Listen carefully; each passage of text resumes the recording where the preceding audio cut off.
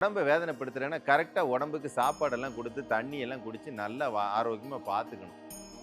எப்ப பார்த்தாலும் விரதம் இருக்கிறேங்கிற பேர்ல, ஏன் அந்த விரதம் இருக்கிறோம்? அந்த விரதத்துக்கு பின்னாடி ஏதாவது தத்துவம் இருக்கா? விரதத்துக்கு பின்னாடி ஏதாவது பிரபஞ்ச ரகசியம் இருக்கா? ஒண்ணுமே தெரியாது. ஆனா விரதம் இருக்கிறேன். விரதம் இருந்து அப்படியே கிறுகிறுத்து போய் மயங்கி விழுந்து அந்த உடம்ப கஷ்டப்படுத்தி, உடம்ப கஷ்டப்படுத்துறது அப்படின்னா, உடம்ப மட்டும் இல்ல, உடம்புக்குள்ளார இருக்கிற நம்ம வழிநடத்துற உறுப்புகளையும் சேர்த்து.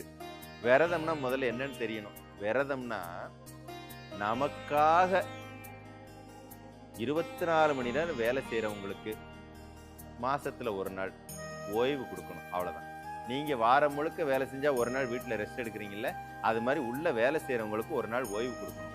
அத நாள் பார்த்து ஓய்வு குடுக்கணும். இந்த நாள்ல குடுத்தா அவங்களுக்கு ஓய்வு சரியா அமையும்ங்கிற நாள் பார்த்து செய்யணும். அத விட்டுட்டு எப்ப பார்த்தாலும் விரதம் இருக்கிறேங்க பேர்ல, விரதம் இருந்து அந்த உடம்ப புண்ணாக்கி, அப்படி ஊர் முழுக்க, உலகம் முழுக்க சுத்தாத. காசினி முழுவதும் தெரியாதே.